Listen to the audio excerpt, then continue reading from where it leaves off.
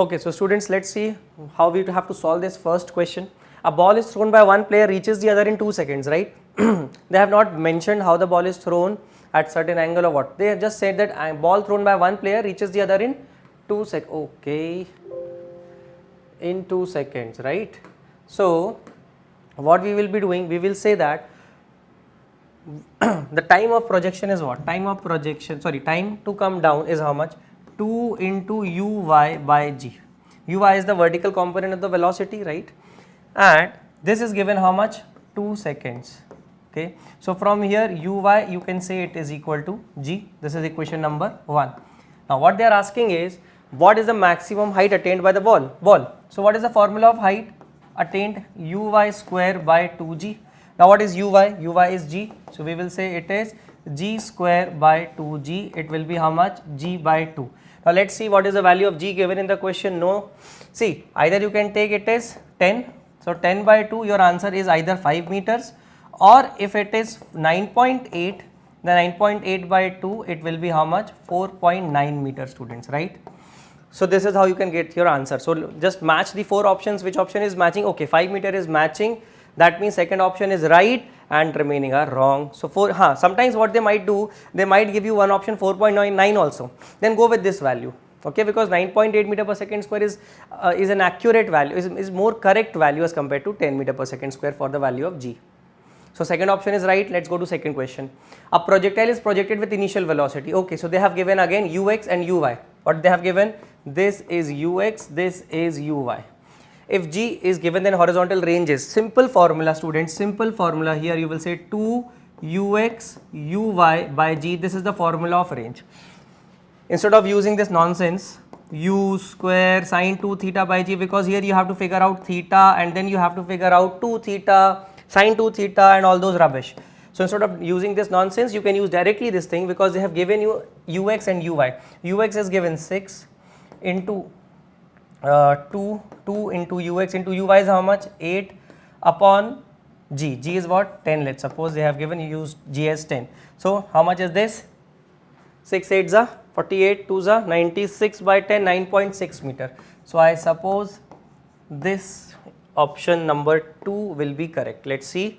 Yes, option number 2 is correct. Can you see that? So in these kind of questions, students, please remember to use this particular formula when they have directly given you the x component of velocity and the y component of velocity. Fantastic. Now let's come to third question. Okay, a ball of thermal capacity. Thermal capacity is given. That means the value of capital H for this ball is given, right? Is heated to the temperature of the furnace. Okay, temperature of the furnace. Do we know temperature of the furnace? Okay, it is then transferred into a vessel containing water. Okay, so it is heated to some temperature which we don't know. Let's say that temperature is T0. It is then transferred into a vessel containing water. The water equivalent of the vessel and the contents is 200 grams. Okay, so overall water equivalent is given 200 grams of the complete calorimeter or the water and the contents of the water, right? The contents in which water is kept. The temperature of the vessel and its content rises from 10 degrees Celsius. That means this was the initial temperature of the water and its contents to 40 degrees Celsius. So this is the final temperature for both the material. That means for the water as well as for the ball which we are drowning into the water, right? Now what is the temperature of the furnace? That means what was the initial temperature of the ball, right? So what we will be doing, we will be saying that heat lost is equal to heat gained. So heat lost by ball must be equal to heat gained by water and the contents. Heat gained by water and contents, right? So we will be using this formula. So what is the heat lost by the ball? You will say, sir, delta Q is equals to H into delta T. Now what is H? H is the heat capacity, right? And for this you will say it is MS delta T, right? So what is H here? H you will say 10 calories per degree centigrade.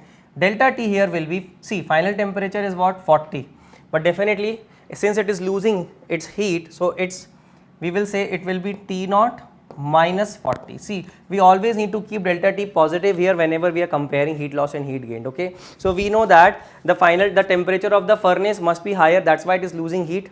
So 40 degrees Celsius is less. Okay, so technically I can say, right, like this, T0 is greater than 40 degrees Celsius is greater than 10 degrees Celsius, right? This is what we can say. So it will be like this. We need to keep it positive. Now mass of water given 200 grams. mass of water and all the contents. What is specific heat of water? 1 calories per gram per degree centigrade.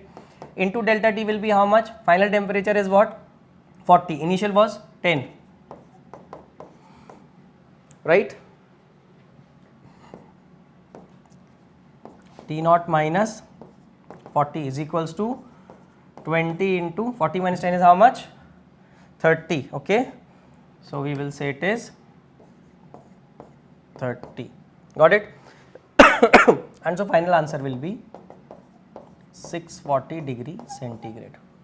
I hope you understand this thing. Okay, so this is quite simple, right? Fine, let's move ahead. Let's just try to keep delta T positive. Delta T should be positive. That means whichever temperature is greater minus the lower temperature, right? Don't worry about the final and initial values. Just worry about the greater value minus the lower value so that we can keep delta T positive both sides and then solve it properly. Okay. Now, fourth question. A substance of mass m kg requires a power input of p watts. Okay. So, power input is p. What is power? Power means delta Q by delta T. So, technically delta Q by delta T. Time wise, sorry, delta Q by delta T, that is time, not temperature, right? So, I will write it like this. Okay, so this is power. Watts to remain in the molten state at its melting point. Okay, a substance of m kg requires a power input of this to remain in the molten state. Why? Because it wants to cool down, but we are constantly giving it power so that it is not cooling it down. So, whatever heat it is losing in the environment, same amount of heat is getting from the power source, so that it is remaining in the molten state. Okay, but as soon as you cut off the power, what will happen? When the power is turned off, the sample will completely, obviously, okay, the sample will completely solidify in t seconds. Are you understanding? Fine. So, what is the latent heat of fusion of the substance? Fine. Suppose when you switch off the power, what will happen? Delta Q will be how much? Delta Q will be m into L. Now, what is this? If the power was given, how much time it takes? T. That means if we need to give power to this sample, for t seconds or t time period, we have to give it power so that it will gain this much amount of heat, which is equal to the heat required for its complete fusion, right? Now, so we will say P into delta T must be equal to m into L. So, from here we can say latent of heat of fusion will be P into delta T by m. Delta T is, I guess, given T. So, P T by m. I hope this is right. So, second option must be right. Right, perfect. Second option is perfect. Now, fifth question. If air resistance is not considered, definitely we don't consider it. If it is not considered, that means horizontal direction, there is no acceleration, there is no force in the horizontal direction. So, if acceleration along horizontal direction is 0, then Vx will be constant. Simple, right? So, what is the answer? Constant. The horizontal motion takes place with constant velocity, right? First option is right. Now, sixth question, let's go to. A shot is fired from a point at a distance 200 meter from the foot of a tower of 100 meter height, so that it just passes over it. Okay, so what information they have given? They have given that an object is thrown somewhat like this, okay, and it passes like this, and this is the height of the tower, 100 meter, it just passes over it, and the distance between them is 200 meter. I suppose this is right. So, this is the information that is given in the question. A shot is fired from a point at a distance 200 meters from the foot of a tower of 100 meter high, so that it just passes over it. The direction of the shot is, that means we need to figure out the angle. Now, we all know that what is height here? Height you can write is 100 meter. What is range here? Range will be 2 into 200, that is how much? 400 meters. Do you understand? This is the range. Now, do you know this formula? Tan theta is equals to 4h by r. Now, 4 into how much? H is how much? 100. Range is how much? 400. I suppose it is 1. So, theta comes out to be 45 degrees. Do you understand? That means second option is right. I hope it is right. Yes, it is right. Okay, so I hope you understood the question. It's very simple. See students, whenever in AIIMS they ask, because sometimes students might get confused, sir, how do you know that this is the maximum height condition only and this is r by 2 only? Because the condition can be somewhat like this also. Okay, it is possible like this also. This is 100 meter because they have given nothing in the question, right? And this is 200 meters. So, this can also be true. But in that case, they need to give you the value of u also. This they need to give. Otherwise then question cannot be solved, because then we will have only one equation to solve, that is equation of trajectory, and we will be having two variables. So in that case it will become difficult to solve. That is why we are not considering this case, we are considering this case, because we are not given the value of u. I hope you understand this thing, students. That's why we take this special case and use this formula tan theta, which is equal to 4h by r, in order to solve it and get the value of theta, right? Okay, the ceiling of a hall is 40-meter high for maximum horizontal distance. The angle at which the ball may be thrown with a speed of 56 meter per second without hitting the ceiling. Okay, so we need to be ensure that whenever you are firing the ball, it goes like this, it just misses the topmost point, right? That means the height in this particular case is given how much? Height is given 40 meters. I suppose you understand this thing. Height is given 40 meters and u is given 56 meters per second, right? Perfect. Have they given any angle theta? No, but that is what we need to figure out. So this is something we need to figure out. What we will do, we have a simple concept. Uy square by 2g is equal to height. So technically it is u square sine square theta, because uy is u sine theta, by 2g is equals to height. So we can use this formula in order to get the value of sine theta, right? So we will say what is sine square theta? Sine square theta will be 2gh upon u square.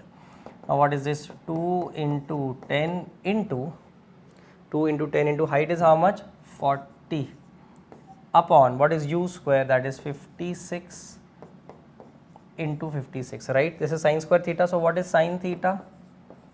How much is on the top? It is how much?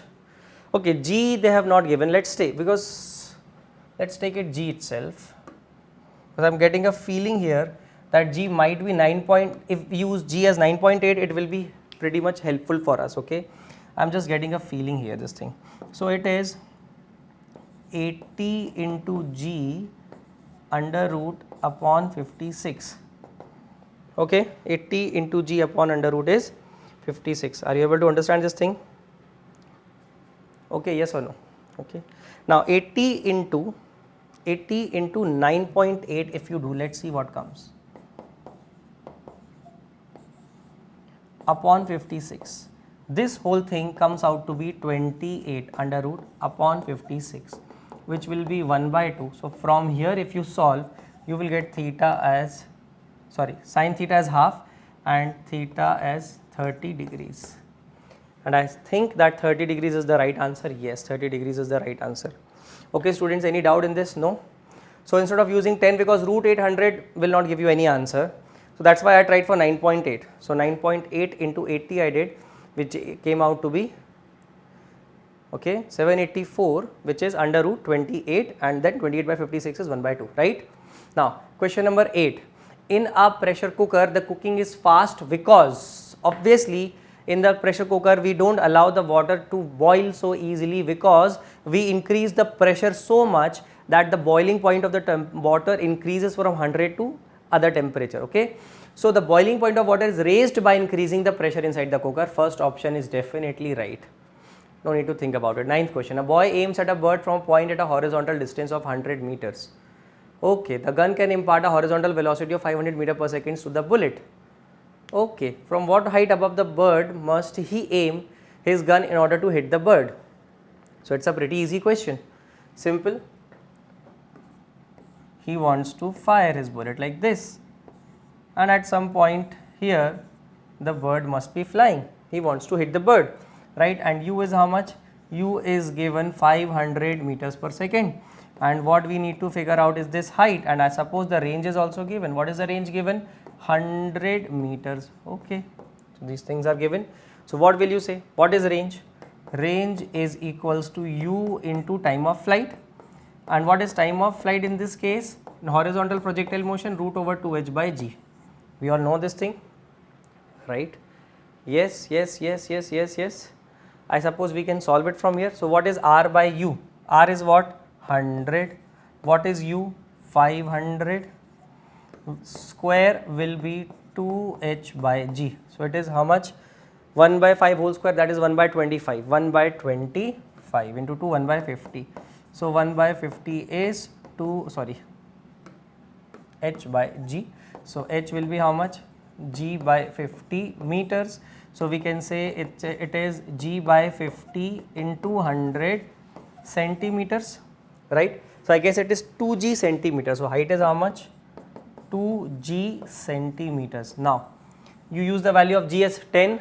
Okay, g 10 is given. So height will be 20 centimeters, I suppose. Which option is right? First option is right. It's okay, students. Are you getting the idea now? Yes, yes, yes, yes. Okay, let's move ahead. Now question number 10. I guess yes, first option was correct here. Now let me change the color of the marker. Okay. Two projectiles of same mass with same velocity are thrown. Okay. We know at complementary angles, if the speed is same, the ranges are same. Okay. Then which quantity will remain same? We all know that it is maximum range, horizontal range of the projectile, right? We know this thing, yes or no? Come on. When you fire an object like this, okay, with the same speed, but if this is theta 1 and if this is theta 2 and you maintain theta 1 as theta and theta 2 as 90 minus theta, then in this case ranges are same, but yes, heights are different. Okay, so heights may be different, but ranges will be same. Time periods will be different, but ranges will be same, right? Now a body is projected at such angle that the horizontal range is 3 times. Okay, horizontal range is 3 times the greatest height. Okay, find the angle tan theta. Again, I told you this formula is very important. Tan theta is 4h by r. So 4 into h upon 3h. So it is 4 by 3. So what is theta? Tan inverse 4 by 3. I suppose it is approximately 53 degrees. So have they given 53 degrees in the options? No, but tan inverse 4 by 3 they have given. So I suppose third option is right. Yes, perfectly. Now at the uppermost point of a projectile, its velocity. Oh my god, everybody knows this thing and it's a very common question. At the topmost point, it's going like this. Ux is equals to v, which is equals to vx. Okay. So Vy is technically 0 and we have acceleration Ay here, which is minus g. So what is the angle between them? 90 degrees. It's quite common. Third option. Okay. Now two particles are projected from ground simultaneously with speeds 20 and 20 by root 3 at an angle 30 and 60 degree with the horizontal in the same direction, right? The maximum distance between them. Okay, fine. It's very simple. First of all, let's try to figure out. Let's try to figure out the time periods. So T1 is 2uy by g, let's say. So 2 into 20 into sine of 30 degrees by 10. So how much it is? Sine 30 into 2 is half, sine 30 is half, half into 2 is 1. So answer is 2 seconds. Okay. Technically it takes 2 seconds for the first object to reach the ground. Now T2, second object, 2uy by g. Okay, this is the first case, this is the second case. So it will be 2 into 20 by root 3 into sine of 60 degrees, right? By g means 10 will come down here. Okay, sine 30 is root 3 by 2. Again, answer will come out to be 2 seconds. That means both these objects are having same time of flights. Same time of flights, then what do they need? Okay, so what is the range? R1 minus R2 we need to do. So we will say that R1 minus R2 will be ux1 into time of flight minus ux2 into time of flight. So that means ux for the first ball minus ux for the second ball into time of flight t. Okay, so you can put the values and solve it, and I suppose answer will come out to be 23.1 meter. Now what is ux? I'll just write ux is what? Ux means u cos theta, right? So I'll just put the values here. Ux1 will be 20 cos 30, that is root 3 by 2, that is 10 root 3, right? And ux for second will be 20 by root 3 into 1 by 2, I suppose it is 10 by root 3, because cos 60 is half there. Okay, so we will put it like this. So 10 root 3 minus 10 by root 3 into 2. So we will do it like this: 10 root 3 minus 10 by root 3 into 2 like this we can solve and get the answer, and I am pretty much confident the answer comes out to be 23.1 meter approximately. Yes, first option is correct. Now let's go to 14th question. Some quantity of heat is given to a substance, the quantity which determines the temperature of the body is, see, we will say delta Q is equals to Ms delta T. Now what is delta T? Delta T is delta Q upon Ms, right? What do we call Ms? It is heat capacity, capital H. So don't you think that temperature difference depends upon thermal capacity? So mass, specific heat, no, but their product, that is thermal capacity. So third option might be right, I think. Thermal conductivity doesn't play any role here. Okay, mass alone cannot, specific heat alone cannot, so only option is thermal capacity. Yes, third option is right. Let's move ahead. A body is dropped from a plane moving with a constant horizontal velocity. The path of the body as seen by the person on the plane will be, always remember, see what's happening. Suppose this is the plane and this plane is moving with velocity u and it drops the ball. So ball is also with velocity u. So what will happen? Ball will definitely follow a parabolic path as seen by the person on the ground. But to the plane, what will happen? When the ball reaches here, the plane will again reach here because the plane is constantly moving with the velocity u. When the plane reaches here, the ball will reach here. When the plane reaches here, the ball reaches here. Okay, so whenever plane is seeing the ball, plane will feel that the ball is always going downwards. So for the plane, the ball is only going down. Can you see that? Okay, or you can also say the horizontal velocity of the ball and the plane are same all the time. Both are moving with same horizontal velocity forward all the time. Can you see that? So since the ball and the plane both are moving horizontally forward with the same speed, so only what is happening? So to you it is visible that, to you it will be visible that the object is performing parabolic path, but to the plane it will look like as if it is going down. To the plane it will look like as if it is going down. Are you understanding? So this is what it is happening here. So be very careful. Okay, so remember this thing, it is a vertical line. Now it's correct also.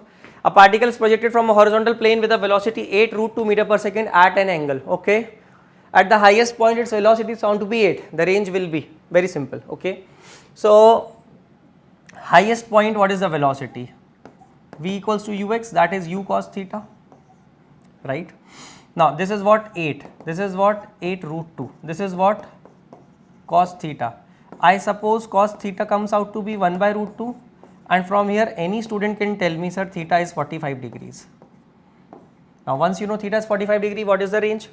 So you will say the range is very simple, u square sine 2 theta by g. So what is u? 8 root 2 whole square or 8 by root 2? 8 root 2 whole square into sine 45 into 2 is 90 degrees, sine 90 is 1 upon g is 10.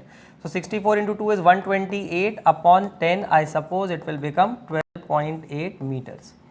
I hope this is clear to all of you, right? This is how you get the value of the range here. Okay, third option is correct as well. Let's move on. For angles of projection, okay, obviously these are what complementary angles, because if you see theta 1 plus theta 2, if you do, it will be what? 45 minus theta plus 45 plus theta, answer is what? 90 degrees. So if they are complementary angles, we all know that R1 and R2 are same, ranges are same. So what is the ratio? Second option is right. Okay, now let's move to 18th question.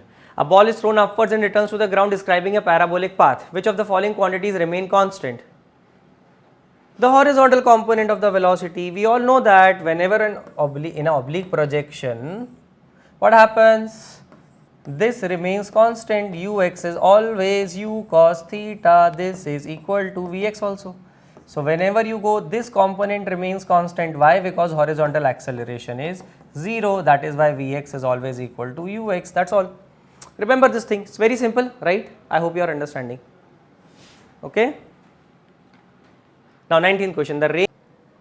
Okay, so now let's move on to 19th question. What it is saying? The range of a projectile fired at an angle 15 degrees. Okay, now we can use this because 15 degrees means we cannot find 15 degrees.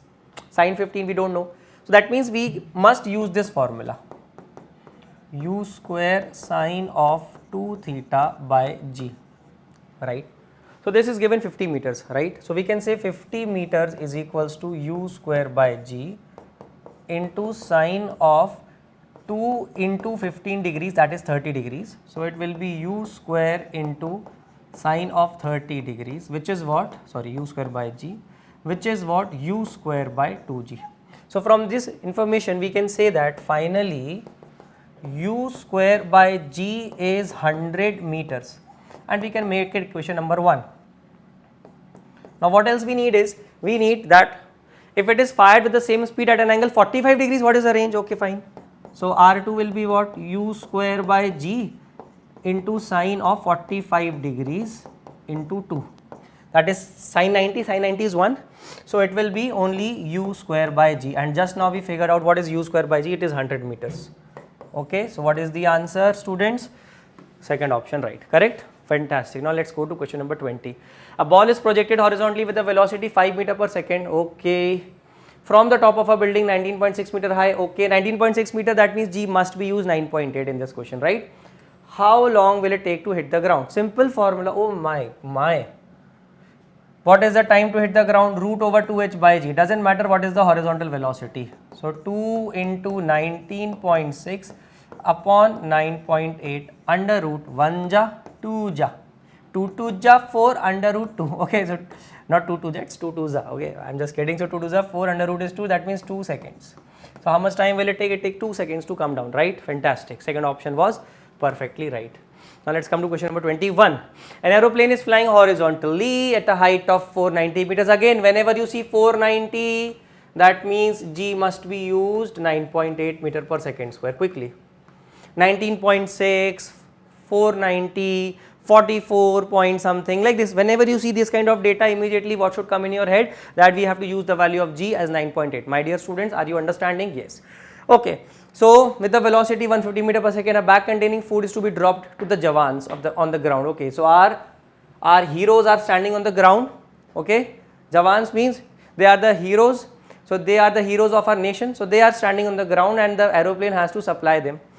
Some food supply has to be given. Okay, how far from them should the bag be dropped so that it directly reaches them? Clearly, that means obviously what will happen if you see the Jawans, or if you see the soldiers or our heroes, what is happening? If you dropped any bag, so if they are standing here, then what will be the problem? The food will go here, and then they will have to move this much distance and then come back. It's better if you see them at this distance. Suppose they are standing here, you throw at a distance r only. That means at a distance r you throw so that it directly goes to them. Are you understanding? So that means for this horizontal projectile, this is the range r. That means before r distance, the aeroplane should drop the baggage or this supply, so that it can directly reach the soldiers there, right? I hope you are understanding this thing. So what is range? Tell me, cover quickly, what is the range? U into capital T, that is time of flight. So u into root over 2h by g. I suppose you understand this. Now use this formula, get the answer. U is given 150, perfect. So range is how much? 150 into root over 2 into height is given how much? 490. Again use g as 9.8. Do you understand? Clear? Clear. So it will be how much? 1500 meters. So that means almost 1.5 kilometers before they have to throw the supply. 21. Two tall buildings are 30 meter apart. Okay, fantastic. Oh, sorry. So two tall buildings are 30 meters apart. Okay, fantastic. Okay, so a projectile comes from here, goes from here. Now what is this height? This is given 150 meters. And what is this height from the ground? It is given how much? 27.5 meters. So it is given 27.5 meters, right? Now what is the height difference? The height difference, let me use another color so that you can understand properly. Now what is the height difference here? You will say, sir, the height difference is 122.5 meters, right? Now what is the range? Range is 30 meters. So everything is given. Again, what do you need to figure out?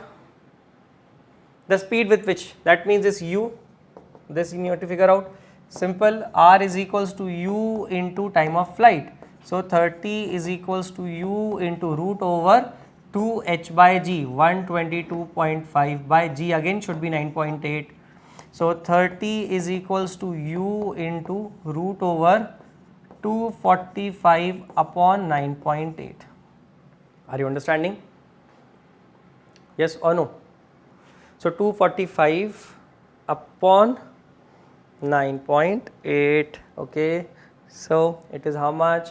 You can solve this easily and get the answer. Which option is right? 6 meters per second, because it's gonna come for 25 ones are 25s are, so it will be u into 5. So what is u?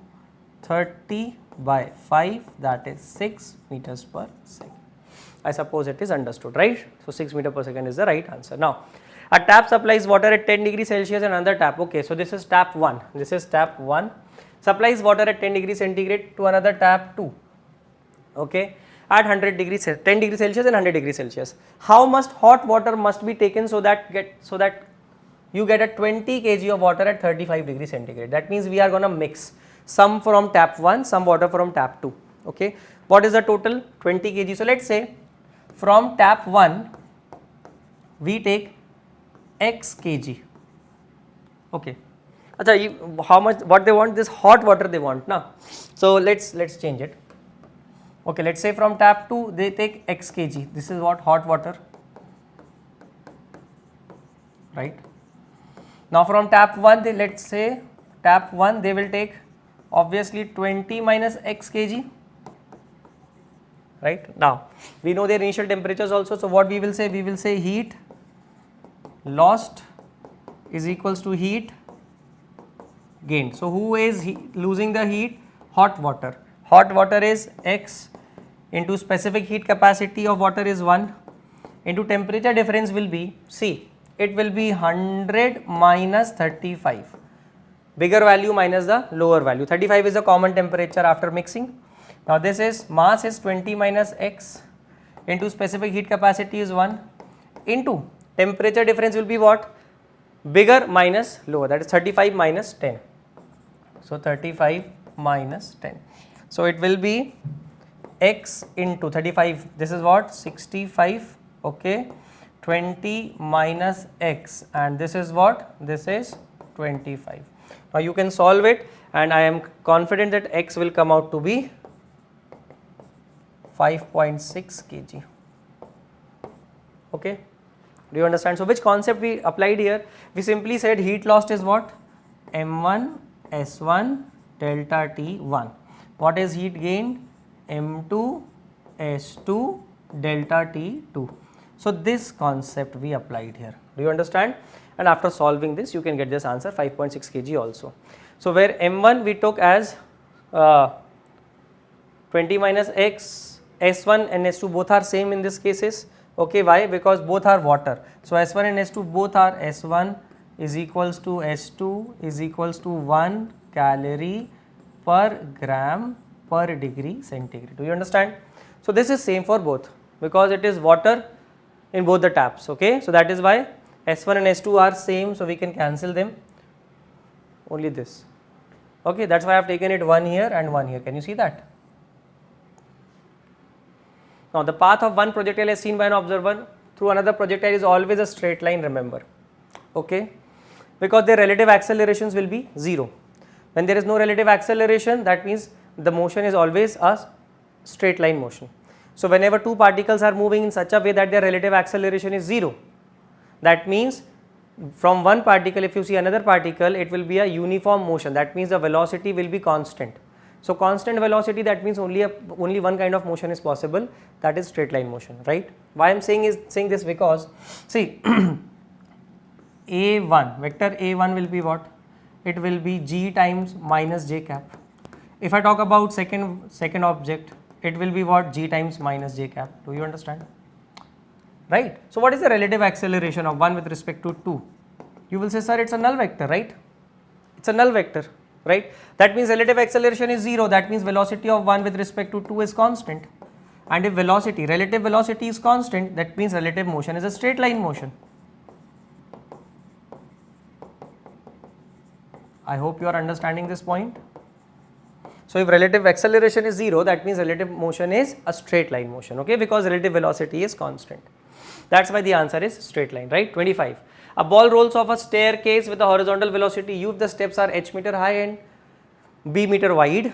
The ball will hit the edge of the nth step if, see, it's very simple.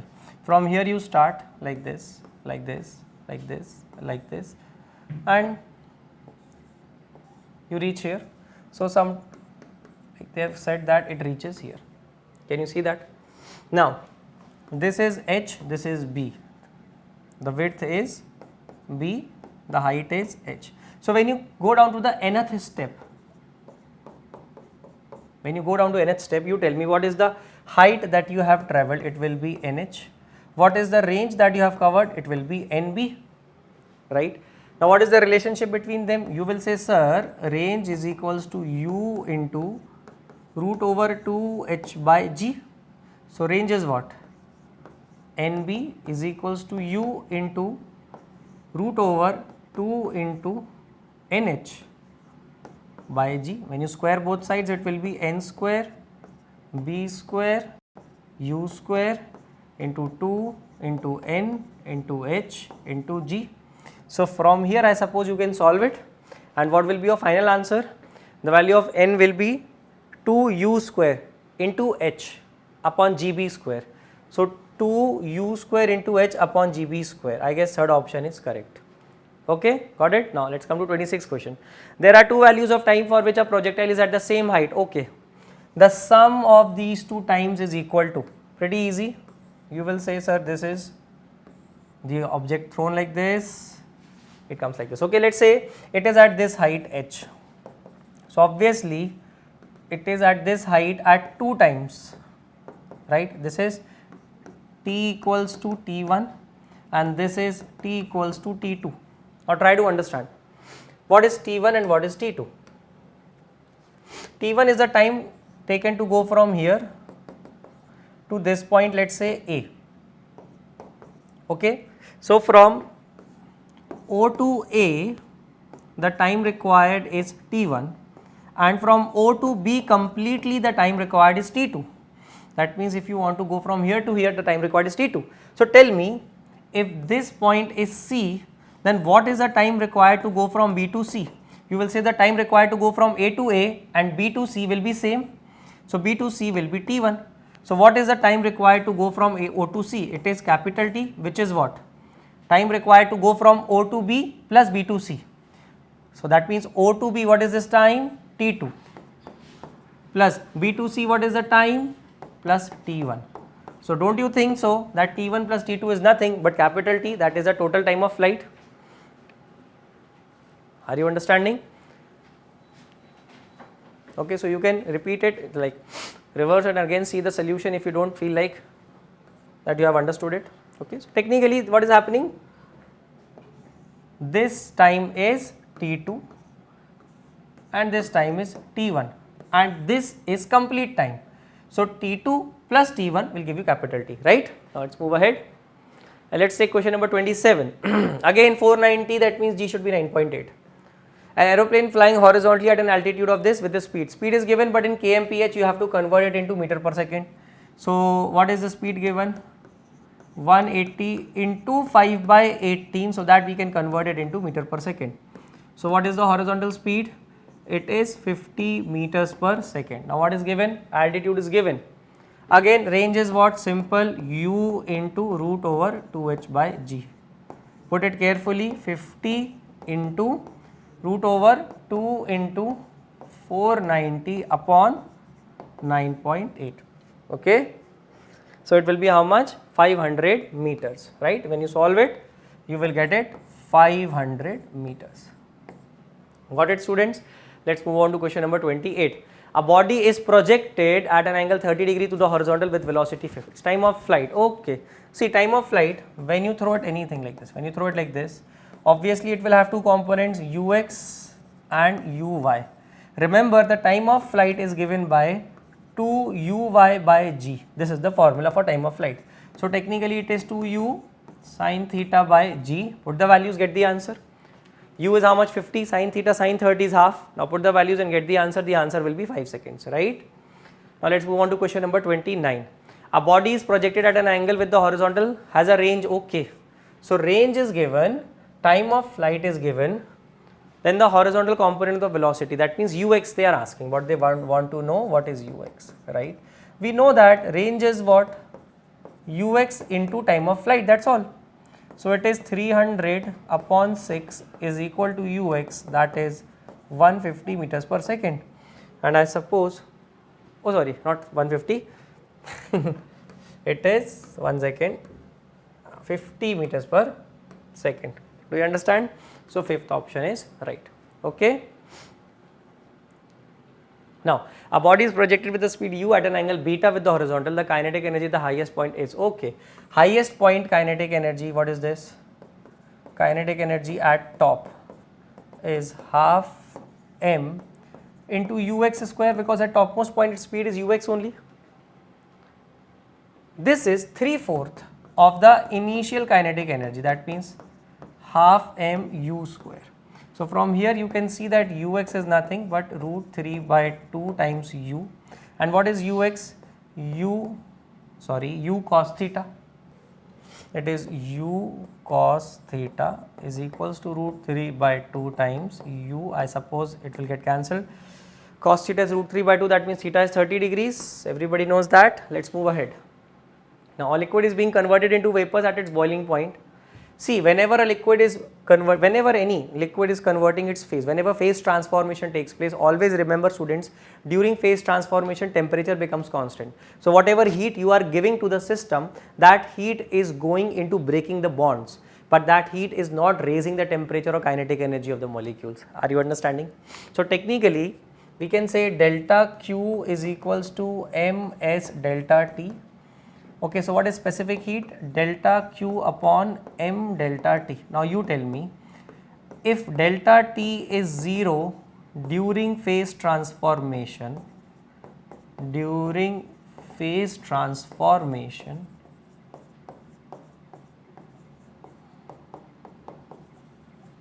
so can I say that it will be almost infinite, because delta T is 0, so specific heat will be infinite during phase transformation, right? So which option is correct? Second option is right. A closed bottle containing water at 30 degrees centigrade is carried to the moon. Okay, what happens in the moon? In moon there is no atmosphere, right? In moon there is no atmosphere. So if there is no atmosphere, what will happen? There will be no atmospheric pressure on the water bottle, right, or the closed bottle. So as soon as you open it, what will happen? The water will start vaporizing. So it's very simple. The water will boil, it will start vaporizing, right? So second option is right, because at moon there is no atmosphere. So in the loss of atmospheric pressure, the water will start rising. Its boiling point will fall, right? Because see, boiling temperature or boiling point temperature depends on the pressure also, no, outside pressure. So if your outside pressure is very less, in fact it is almost 0. So obviously its boiling point will fall, and it might be possible that at moon it starts boiling and it starts vaporizing. Okay, so now let's see question number 33. What is the formula for mean free path? It is k into temperature upon root 2 pi d square into p. P is the pressure, k is Boltzmann constant, T is temperature, d is the diameter of the average diameter of the molecule, right? Now what they are asking is directly proportional to the number of molecules per unit volume, okay, directly proportional to the average speed of the molecules, inversely proportional to the square of the molecular diameter. Yes, that we can see, okay, inversely proportional to the square of the molecular diameter, right? So lambda, that is the mean free path, is inversely proportional to d square. Okay, so just remember the formula, you can get it. And see students, this thing has been asked, this thing is now been asked, is being asked, okay, in the examination, that mean free path, somewhat like related to the formula only, formula based question will only come, but they are asking this thing recently, right? That means you have to be very careful with this formula. You have to see it at least before you go for the examination, right? So you have to see this formula before you go for the examination. Remember this thing. Now 80 grams of water at 30 degrees Celsius is poured on a large block of ice. Okay, how much of water? 80 grams. At what temperature? It's poured on large block of ice. That means we have sufficient amount of ice, okay, at 0 degrees centigrade. What is this? Ice, okay. the mass of ice that melts. That means complete water will come from, that means 80 grams of water at 30 degrees centigrade will definitely come to 80 grams of water at 0 degrees centigrade in order to have thermal equilibrium, because at thermal equilibrium the temperature should be same. So whatever heat is given by 80 grams of water to come from 30 to 0 degree centigrade will be utilized. The same amount of heat will be utilized to melt the ice, right? That means the heat coming from 80 grams of water at 30 degree centigrade to come down to 0 degree centigrade will be utilized to melt the ice, right? Let's say m grams of ice melts. So we can say heat lost is equal to heat gained. Heat lost is equals to heat gain, right? Now what is heat lost? You tell me.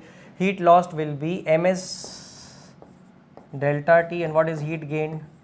M into L. Now what is the mass of water? 30, that is M1, that is, let's say it is M2.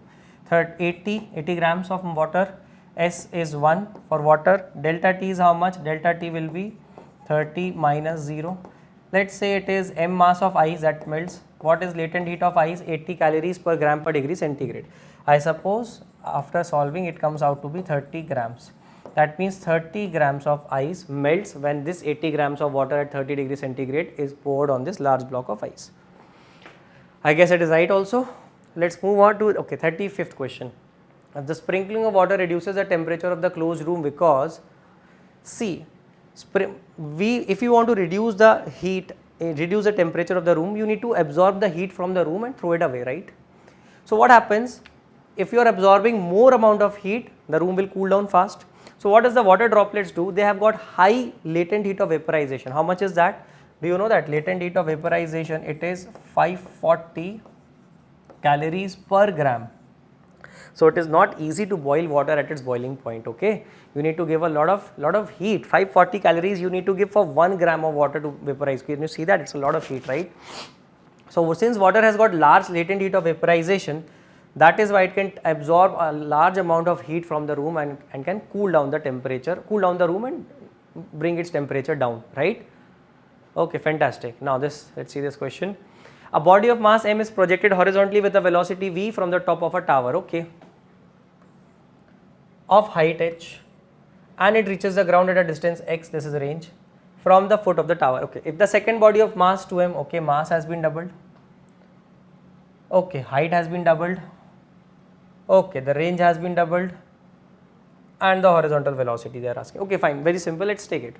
Let's say, see, first of all, let's try to build a relationship between velocity, height and range. Then only we can do the comparison very easily, okay.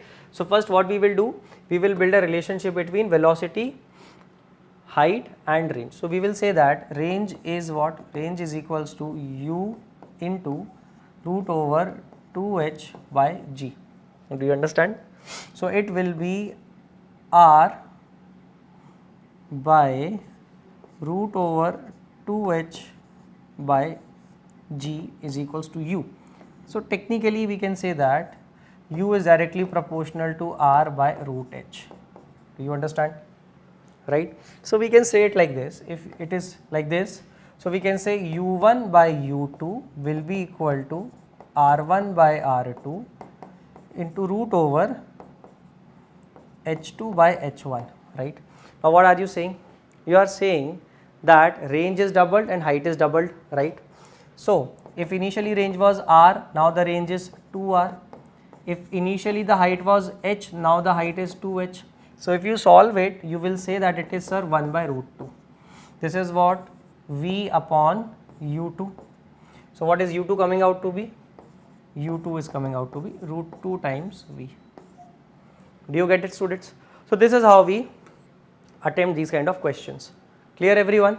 It's very easy. What I'm trying to do is I'm trying to build a relationship between u, h and r. Once I have built this relationship, now it becomes very easy for me to do the comparison and get the answer, right? So this is how you have to attempt these kind of questions. This is a very, very interesting one. Now, two tanks A and B contain water. Again, similar question. They contain water at 30 degrees centigrade and 80 degrees centigrade. So one is containing hot water, another one is containing moderate water. Calculate the amount of water that must be taken from each tank. Okay. To prepare 40 kg of water at 50 degrees centigrade. Final temperature is what? What is the final temperature of the mixture? 50 degrees centigrade. I hope we can do it. This is easy. Again we will say, let's say that for A the mass taken is m kg. So for B, what is the mass taken? 40 minus m. A is going from what temperature to what temperature? It is going from 30 degrees centigrade to 50 degrees centigrade. B is going from 80 degrees centigrade to 50 degrees centigrade. We need to keep delta T positive, right? And what are the specific heat capacities? You will say, sir, S1 is also 1 and S2 is also 1. 1 what? 1 kg, 1 calorie, 1 calorie per gram per degree centigrade. This is why it is water only. So 1 calorie per gram per degree centigrade. Okay, now what we will do? We will say M1 S1 delta T1, M2 S2 delta T2. What is this? Heat lost and heat gained same. So again we will say M into 1 into 50 minus 30. We need to keep delta T positive. Again 40 minus M into 1 into 80 minus 50. Now you can solve it and get the answer. Definitely M will come out to be what? 24 kg. If you try to solve it, how much is this? M into 20 is equals to 40 minus M into 30. Okay, so 2M is equals to 120 minus 3M, 5M is equals to 120 and M comes out to be 24 kg. Can you see that? And the remaining mass will be 40 minus 24, that is 16 kg. I hope you understand this thing. It's very easy. Now 10 grams of ice at minus 20 degrees centigrade is dropped into a calorimeter containing 10 grams of water. Okay, 10 grams of water is there at 10 degrees centigrade. Fine. Okay. Now we have to figure out what is the final composition in the mixture, right? So let's see what happens. First of all, we will say that the water at 10 degrees centigrade will start losing its heat, right? Water at 10 degrees centigrade will start losing its heat, and who will gain this heat? This heat will be gained by the ice, which is at minus 20 degrees centigrade. So let's try to figure out. Let's say the junction temperature will be 0 degrees centigrade. Just let's say it. We will check at the end whether we are right or wrong. Okay, so let's say that the junction temperature is 0 degrees centigrade. That means all the ice will completely come down to come up to 0 degrees centigrade.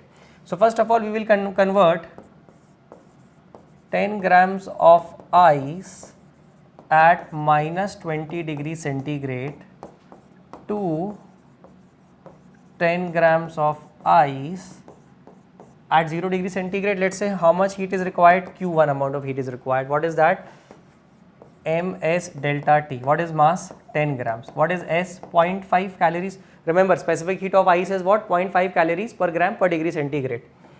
Into delta T will be how much? 0 minus minus 20. Final minus initial. 0 minus minus 20. So 20 into 0.5 is 10 into 10 is 100 calories. How much heat is required? 100 calories. Now who is going to give this heat? This is the requirement. Who is going to give this heat now? Because in ice will come from minus 20 to 0 degree centigrade, all the 10 grams of ice. If water is ready to give this much amount of heat, how much? 100 calories. Now let's see how much heat can water give if it comes down from, that means we will say 10 grams of water at 10 degree centigrade to 10 grams of water at 0 degree centigrade. Okay, so let's check it. So you will say, sir, it's very easy. Q2 will come out to be how much?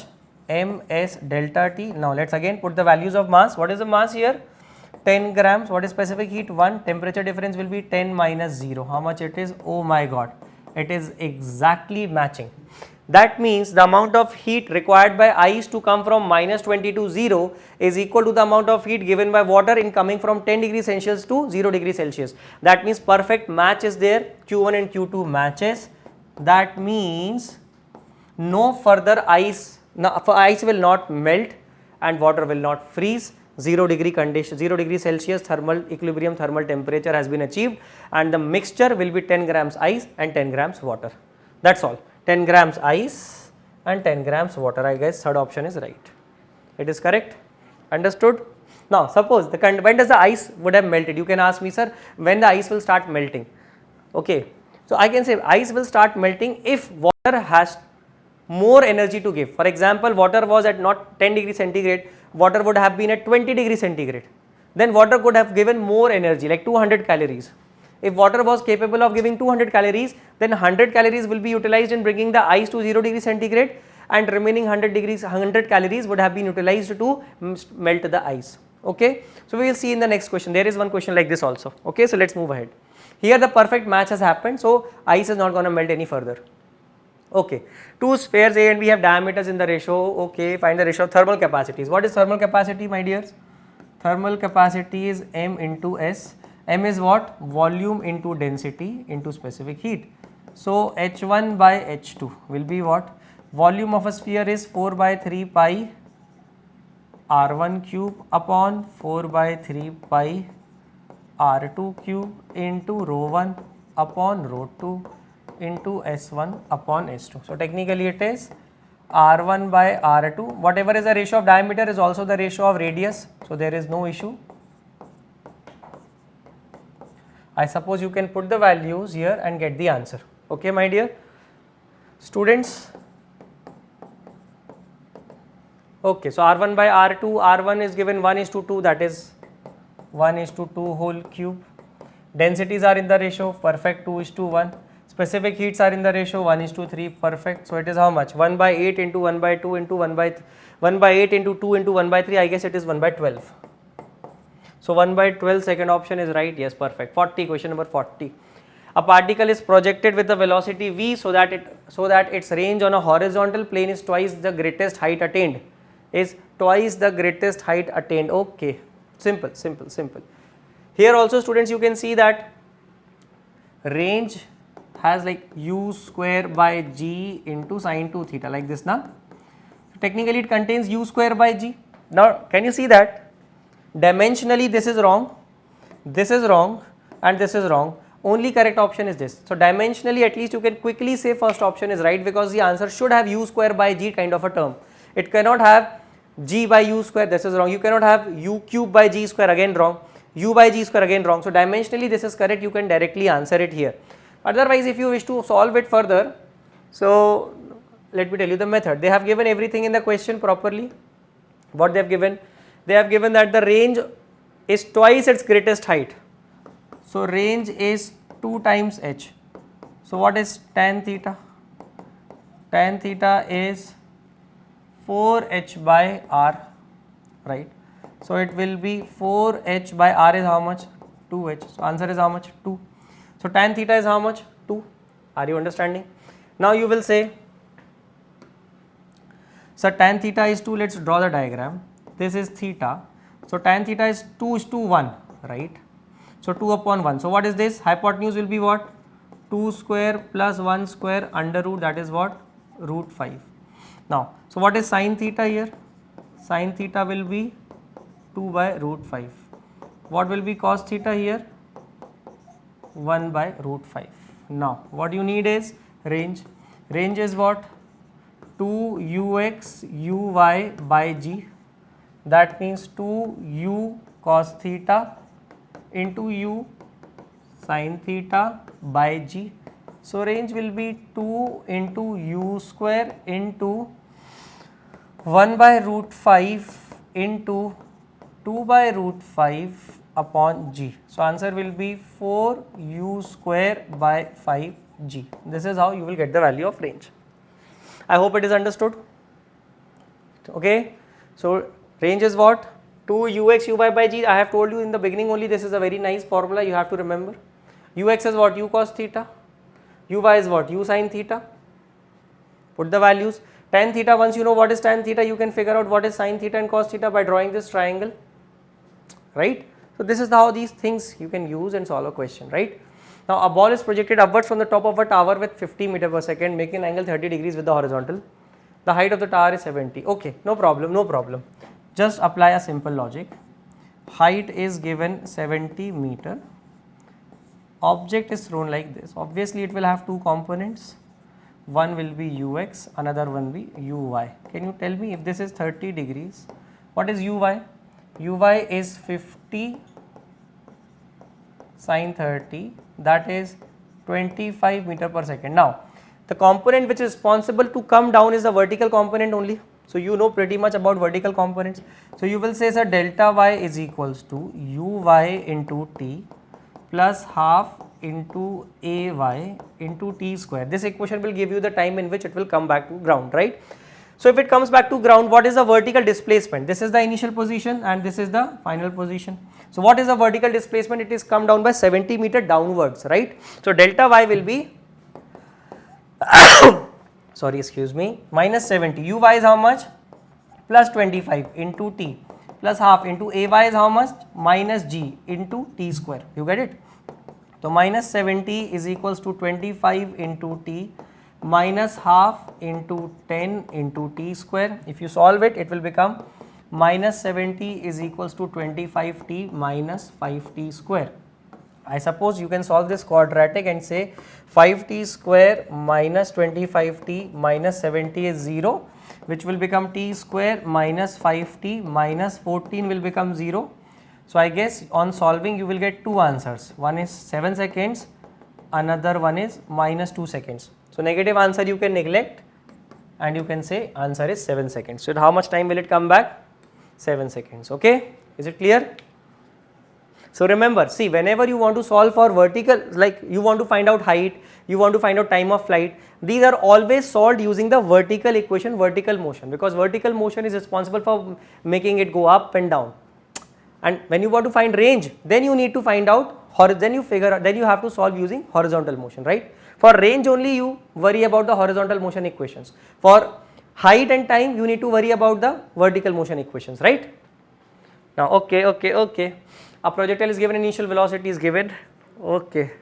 So it's trajectory, equation of trajectory. What is the equation of trajectory? Very simple. It is x tan theta to 1 minus x by r. So first of all, we need to figure out what is given. U cos theta is given 1. U sin theta is given 2. So what is tan theta?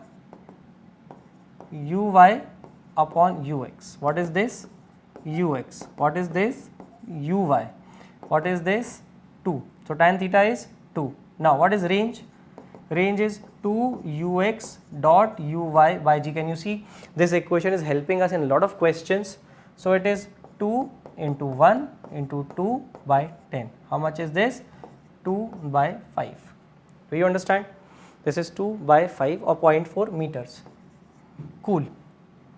You know these things. Now you just put these values in the equation and I hope you will get the answer immediately.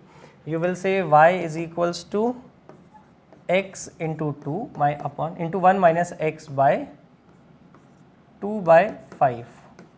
So I guess if you multiply it, 2x minus 5x square will be the answer. Which equation is this? First equation is this.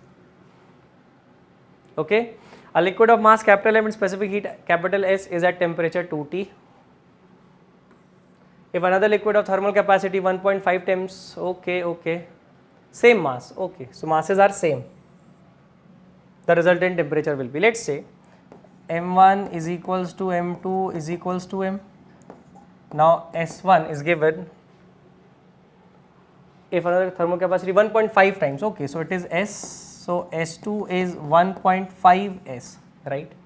What else they have given? They have given T1. T1 is how much? 2T. T2 is how much? T by 3. What we need to figure out is T0. I hope you understand this question. Simple again, heat lost, heat gained, blah blah blah blah blah. Heat lost, heat gained. That means M1 S1 delta T1 is equal to M2 S2 delta T2. Understood this thing? Now what is M1 is M, what is S1 S, what is delta T1? Since it is at higher temperature, so T0 will be a lower temperature than T1. So we will say 2T minus T0 and it is gaining heat. So M into 1.5 S into, you can say it is T naught will be greater. So because we need to keep delta T positive whenever we are using this equation, heat loss equal to heat gain. MS, got it. So it will be 3 by 2, so something like this, 2 into 2T minus T naught is equals to 3 into T naught minus T by 3. I hope after solving you will get it equals to T only. Okay, so I have just opened 1.5 as 3 by 2 and then cross multiply 2 here. Second option is right. Now 44, two paper screens A and B are separated by 150 meter. Okay, what is the separation? 150 meter, perfect. Now a bullet pierces A, this is screen A, this is screen B, a bullet comes and pierces it and goes from here, okay, like this. So you have to figure out height. Have they given anything about height? 15 centimeter, right? Because it makes a hole here. So technically it is 15 centimeter is the height, range is given, again the velocity they are asking. Simple, same thing. Range will be equal to u into root over 2h by g. I suppose this time you can do it. Okay, range is given 150, u into height is given 15 centimeters, so 15 by 100 into 10. I suppose like this you can solve and get the value, and it will come out to be 500 root 3, I suppose. Yes. Now 45th. Now this is interesting. 10 grams of ice at minus 20 degrees centigrade is added to 10 grams of water at 50. Now this question is different. 10 grams of water at, same question, but now they have changed the data. As I was telling you in the previous question, that what will happen if water can give more amount of heat, then only ice will melt, otherwise ice will not melt, right? Now in this particular case, there is a possibility that ice might melt. Now let's check out. This is a good question. We will say, first of all, we will convert 10 grams of ice at minus 20 degrees centigrade to how much? 10 grams of ice at 0 degree centigrade, and let's quickly understand how much of heat is required. You will say, sir, m into s into delta T. Carefully put the values of m and s. M is how much? 10. What is specific heat capacity? Specific heat capacity will be, I hope it is 0.5 for ice. And what is delta T? Delta T will be how much? 0 minus 20, right? So it will be 10 into 0.5 into 20. I suppose it is 100. Okay, so it is 100 calories. So 100 calories of heat ice needs. Okay, now how much of heat can water supply if it comes from? Let's again assume that 0 degree Celsius is the junction temperature, right? Let's assume that 0 degree Celsius is the junction temperature. So we will try to convert how much? 10 grams of water. We will try to convert 10 grams of water at how much? 50 degrees centigrade to 10 grams of water at 0 degree centigrade, right? Are you able to understand this? So how much of heat? Q2 will be ms delta T. Now m is 10, specific heat of water is 1, 50 minus 0, it will be 500 calories. Oh God. That means water can give more amount of heat than required by the ice to come down to 0 degree centigrade. Are you able to understand this thing? So water can give 500 calories and ice needs 100 calories to come to 0 degree centigrade. Now both are at 0 degree centigrade, but still heat balance has not happened. Heat lost and heat gained are not properly happening. So what we will do, we will say that, okay, what we will do, we will say that here Q1 plus Q dash will be equal to Q2. Let's say some of the ice will melt. Achha, what is the heat required to completely melt the ice? Let's figure out. Completely melt the ice, what is the heat required? You will say it is m into L. How much ice do we have? 10 grams. What is L? Latent heat of melting of ice 80. That means we need 800 calories. Okay. That means in order to melt complete ice, we need 800 calories of energy. And how much is how much initially we have utilized? 100. So overall 100 plus 800, 900 calories of heat is required by the ice to come from minus 20 degrees Celsius to become water at 0 degrees Celsius. And how much of heat can water give it can give only 500 calories. That means again the mismatch is happening. That means all the ice will not melt. So let's say if all the ice is not melting, that means the junction temperature will be 0 degree centigrade only. So we don't need to figure out how much of ice will melt, we will just stop it here and we will say that means there will be a mixture of ice and water at 0 degree centigrade, right? And you can say sir this option is right. Cool. Now mean kinetic energy per gram of diatomic, what is the formula? F by 2 RT. For diatomic degree of freedom is 5. So 5 by 2 RT. Third option is right. Okay. Now what is the O? Everybody knows gamma is equals to 1 plus 2 by degree of freedom. So degree of freedom becomes 2 upon gamma minus 1. So third option is right. Okay. Now 48, find the change in temperature. See, monatomic gas, what is the mass? Let's say m. So m, what is the speed? V naught square. This whole energy will, this whole kinetic energy will go in rising the temperature. So you will say sir F by 2 nRT, that is m by molecular mass into R into T. Now mass will be cancelled. Now 2 and 2 will be cancelled. So V naught square will be, degree of freedom is how much? It's what kind of a gas? Monatomic gas. So 3 into R into T by m naught. M naught is the molecular mass. So what they have given? Find the change in temperature. So T will be how much? M naught V naught square by 3R. I suppose they have given m naught equals to m. So m V naught square by 3R. Second option is right. Okay. Now 49, 5 grams of steam. Again same kind of question. First of all, what will happen in order to completely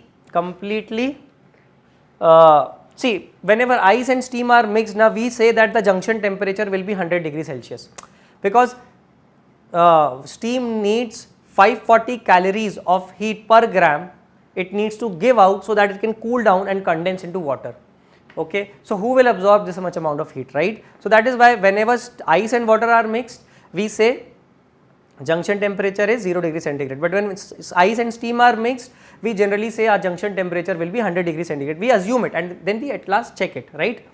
So 5 grams of steam, let's try to, and 6 grams of ice, let's try to bring 6 grams of ice to, so what is the condition? 6 grams of ice at 0 degree centigrade to 6 grams of water at 100 degrees centigrade. Let's try to convert it. So first of all we need to melt the ice. So Q1 will be m into L, plus we need to heat that water into, from 6 grams of water at 0 degree centigrade to 100 degree centigrade.